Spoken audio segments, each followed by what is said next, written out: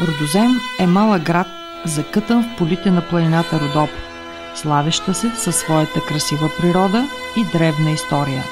Не напразно, именно в тази планина се е родила и е изпята космическата песен на България.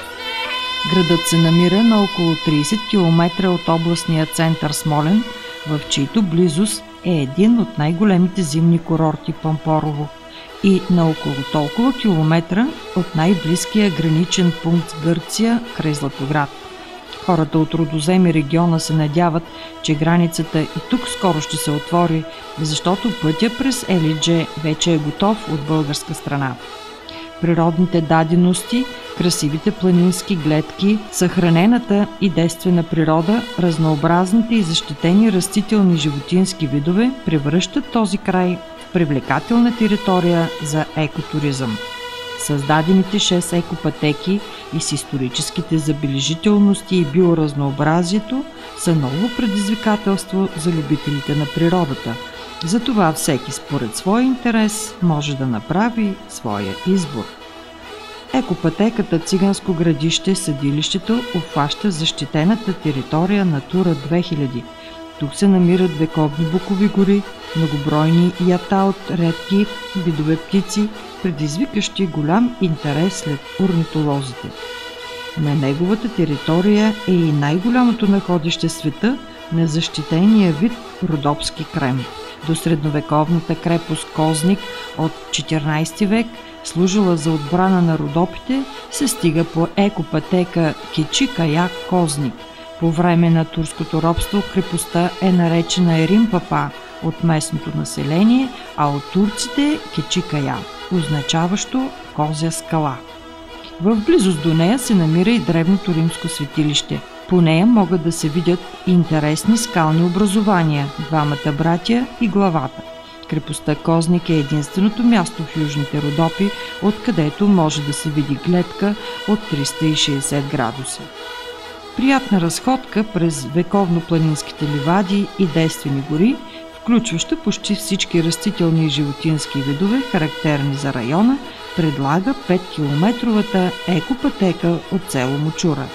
Атракцията тук за туристите са и запазените военни погранични съоръжения от недалечното минало, разделящи двете страни. На вишката е монтиран и далекоглед, с който могат да се наблюдават обширни територии в Северна Гърция и Южна България. Единствената и най-дълга екопътека между България и Гърция е Хвойна Ставрополи. Тя е с дължина 180 км, от които 100 в България. Започва от чепеларското село Хвойна и завършва в гръцкото Паранести, като обхваща територията на 3 родопски общини. Към двата върха Света Богородица и Свети Тодор, където могат да се видят останки от църква и параклис от средните векове, води екопътеката от село Равнината.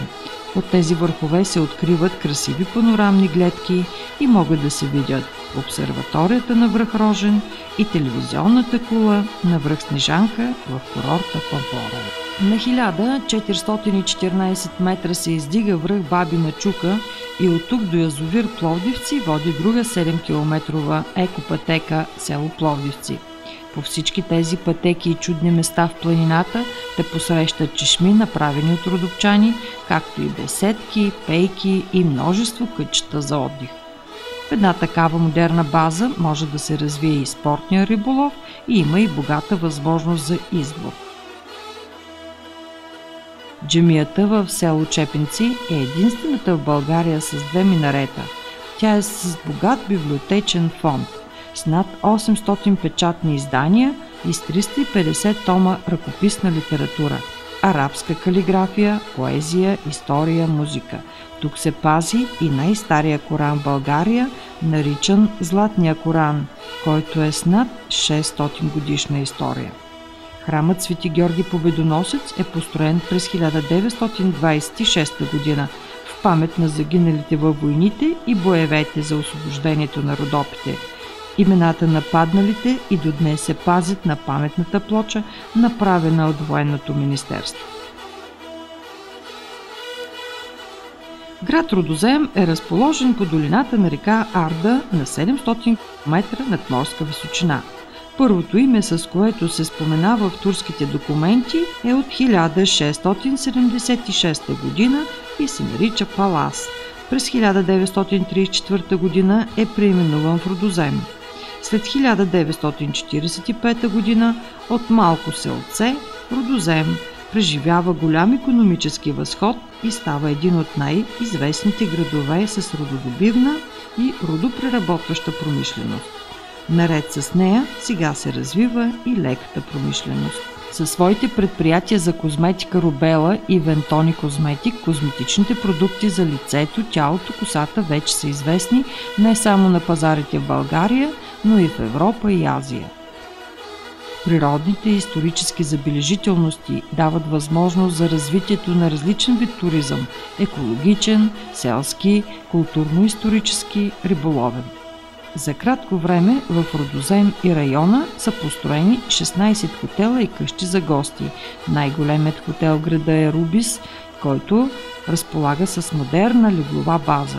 Комплексите Бахами и Венеция предлагат добри възможности за плуване в басейните през лятото.